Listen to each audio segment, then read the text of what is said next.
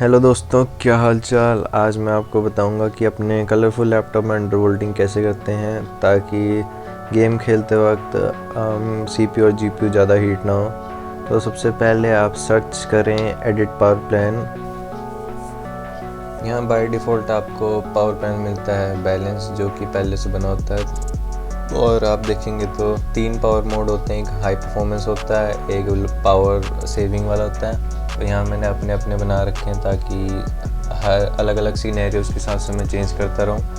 तो यहाँ पे सबसे पहले आपको इसकी सेटिंग चेंज करनी है और इंटेल ग्राफिक सेटिंग्स में आपको मैक्सिमम बैटरी लाइफ पे कर देना है ताकि ये जो सीपीयू का जीपीयू है वो गेम में थ्रॉटल ना करे, क्योंकि उसकी कोई ज़रूरत भी नहीं होती जब हमारे पास ग्राफिक कार्ड है। और यहाँ पे मिनिमम प्रोसेसर स्टेट और मैक्सिमम प्रोसेसर स्टेट है, मैक्सिमम में 50 कर देना है ताकि जो सीपीयू हो सिर्फ 50% यूज़ हो, क्योंकि सीपीयू की ज़्यादा ज़रूरत भी नहीं होती क्योंकि हमने गेम्स तो ग्राफिक कार्ड पे खेलनी है। तो अब लैपटॉप को अंडरवोल्ट करने के लिए हमें 2 सॉफ्टवेयर चाहिए होंगे, इंटेल एक्सट्रीम ट्यूनिंग यूटिलिटी और MSI आफ्टरबर्नर। तो सबसे पहले चलते हैं इंटेल एक्सट्रीम ट्यूनिंग यूटिलिटी की तरफ। और यहाँ पे जैसे कि आप देख सकते हैं मेरे कंप्यूटर के स्पेक्स यहाँ दिख जाएंगे कि 4050 है, कलरफुल का लैपटॉप है और ये इंटेल i5 12500H है। और अब हम बढ़ते हैं सेटिंग्स की तरफ। यहाँ पे एडवांस ट्यूनिंग में जाएंगे क्योंकि यहाँ पे बायोस में लिमिटेड ही सेटिंग है, तो अंडर वोल्टिंग तो यहाँ सपोर्टेड नहीं है, लेकिन हम अंडर वॉटिंग कर सकते हैं जो कि एकदम सिमिलर बोल सकते हैं क्योंकि ये भी टाइम्स कम कर देता है। तो यहाँ पे आपको सिंपली ड्रैग करना है और 30 वॉट पे सिलेक्ट करके अप्लाई दबा देना है। तो आप देख सकते हैं कि दोनों जो टर्बो शॉर्ट पावर प्लान और टर्बो पावर प्लान मैक्स है वो दोनों 30 वॉट के हो गए हैं। तो अब सीपीयू पे 30 वॉट की टीजीपी लिमिट लग चुकी है। नॉर्मली ये सीपीयू 45 वॉट सपोर्ट करता है, तो हमने इसमें से 15 वॉट कम कर दिया है। और टीजीपी कम होगी तो ऑब्वियसली बात है इसका टेम्परेचर भी कम जाएगा। बट एडवांस ट्यूनिंग में ज़्यादातर फीचर्स लॉक्ड है इस बायोस में कलरफुल के, शायद आगे बायोस अपडेट में हमें ये सब फीचर्स मिल सकते हैं। तो अभी हम MSI आफ्टरबर्नर में आ गए और यहाँ पे हम अपना जीपीयू ओवरक्लॉक कर सकते हैं। और यहाँ पे मैं रेकमेंड करूँगा कि आप अपने आप से सेटिंग मत करें, क्योंकि होता क्या है कि आप ज़्यादा कोर क्लॉक कर देते हैं जितना रिक्वायर्ड भी नहीं होता और जितनी सीपीयू को पावर और कूलिंग नहीं मिली, तो होता क्या है जीपीयू काम करना बंद कर देता है और अजीब सा पैटर्न प्रिज्म लाइक पैटर्न आने लग जाता है पूरे स्क्रीन पे, अजीब सा ही होता है वो। तो यहाँ पे जो मैं सेटिंग्स दिखा रहा हूँ कि 100 मेगाहर्ट्ज़ कोर क्लॉक और 300 मेगाहर्ट्ज़ मेमोरी क्लॉक, तो ये सेटिंग्स थी ओवरक्लॉकिंग के लिए। अंडर क्लॉकिंग के लिए सबसे लेफ्ट आप ये खींच देना दोनों सेटिंग्स को ताकि ये सबसे मिनिमम वैल्यू पे चले जाए, जिससे होगा कि आपका जीपीयू भी ठंडा रहेगा, सफिशेंट उसको वो पावर मिलेगी और इतना वो थ्रॉटल नहीं करेगा। और अब चलते हैं गेमिंग मेन्यू की तरफ, जो कि कलरफुल से है कंट्रोल सेंटर। तो यहाँ पे मैं रेकमेंड करूँगा कि गेमिंग के टाइम आप एंटरटेनमेंट मोड पे खेलें और जो फ़ैन स्पीड है उसको 10% इंक्रीमेंट दे दें, क्योंकि परफॉर्मेंस मोड में होता क्या है कि वो फ़ैन बहुत ज़्यादा चलते ही रहता है बट इतनी उसको रिक्वायरमेंट नहीं होती। तो एंटरटेनमेंट मोड बेस्ट है। और यहाँ पे आप देख सकते हैं कि क्राइसिस 3 का गेम प्ले चल रहा है और नॉर्मल कंडीशंस में टेम्प्स जा रहे हैं 86 टू 90, 85 टू 90 जा रहे हैं और अंडर वोल्टेड कंडीशन में 70 टू 75।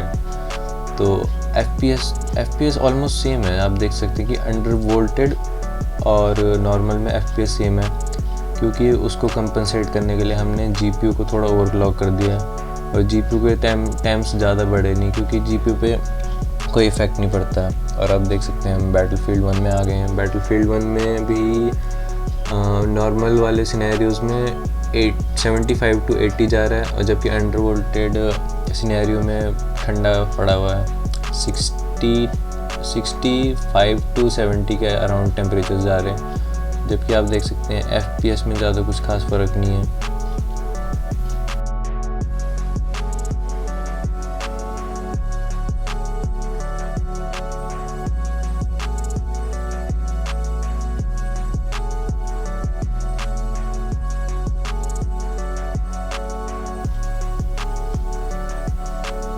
ओके, तो अब हम आ चुके हैं BeamNG ड्राइव में, और इसमें मैं नोटिस कर रहा था कि FPS और टेम्प्स लगभग सेम ही थे, बस 5 से 6 डिग्री का डिफरेंस था। और जो कि नॉर्मल वाला दिख रहा है वो असल में अंडर वोल्टेड, और जो अंडर वोल्टेड वाला वो असल में नॉर्मल है, क्योंकि मैंने एडिट करते टाइम वो गलत जगह पे रख दिया। तो आप देख सकते हैं कि जो अंडर वोल्टेड वाला है, मतलब नॉर्मल वाला, उसमें टेम्परेचर 5 से 4 डिग्री कम है, और नॉर्मल वाला भी सेम है, बस FPS भी सेम है ऑलमोस्ट। बट हाँ, मैंने ये देखा कि जो नॉर्मल वाला है उसमें FPS कंसिस्टेंट नहीं है, उसमें ड्रॉप हो रहा है ज़्यादा, और अंडर वोल्टेड वाले में कंसिस्टेंट है। और अब आ चुके हम PUBG PC में। तो यहाँ पे सही में बहुत रिक्वायरमेंट होती है GPU की, ये GPU इंटेंसिव है, और CPU भी। और आप देख सकते हैं कि जो नॉर्मल कंडीशंस में वो CPU 90 और 90 to 95 टच कर रहा है, और अंडर वोल्टेड कंडीशंस में 70 to 75 ज़्यादातर टेम्परेचर, और कम से कम 20 डिग्री का तो फ़र्क आया है PUBG PC जैसी भारी गेम पे। और मैं वैसे भी इसको अल्ट्रा एक्सट्रीम जितने भी ग्राफिक्स हाई हो सकते हैं उस पर चला रहा हूँ, मतलब पूरी हाई सेटिंग पे चला रहा हूँ। और हम देख सकते हैं ये जो अंडर वोल्टेड कंडीशन है, जिसमें मैंने CPU को अंडर वोल्ट किया और GPU को ओवरक्लॉक किया, वो ज़्यादा कंसिस्टेंट है परफॉर्मेंस में। और जो नॉर्मल वाला है उसमें बहुत फ्रेम ड्रॉप्स हो रहे हैं, और ये उसकी वजह से भी हो सकता है क्योंकि मैंने अभी रिकॉर्डिंग ऑन किया है। नॉर्मली तो दोनों में 120-140 FPS ऐसे आते हैं, बट रिकॉर्डिंग की वजह से कम हो जाते हैं। वैसे तो मैं सारी गेम्स अंडर वोल्ट करके ही खेलता हूँ, क्योंकि होता ही है अंडर वोल्टेड में एक तो कंसिस्टेंट आती है परफॉर्मेंस, ऊपर से वो ज़्यादा गर्म नहीं होता, और इसका ये भी है कि जो आपका CPU फ़ैन है वो भी ज़्यादा शोर नहीं करेगा।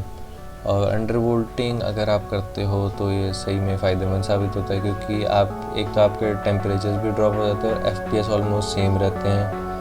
और मैं एक और चीज़ बोलने वाला था कि जो CPU फैंस आते हैं जिसके नीचे पंखे लगे होते हैं, तो वो ख़रीदने का ज़्यादा कोई फ़ायदा नहीं है, वो सिर्फ 1 से 2 डिग्री तक ड्रॉप देता है। जब मैंने एक यूट्यूबर जो इसको टेस्ट कर रहा था उसकी वीडियो देखी थी, तो वो बस 85 to 82 गए थे टेम्प्स, तो वो वर्थ इट नहीं रहता। इससे अच्छा आप कोई ऑब्जेक्ट रख दो लैपटॉप के नीचे, ताकि उसको थोड़ा लिफ्ट मिले और एयर फ्लो उसका अच्छा हो जाए।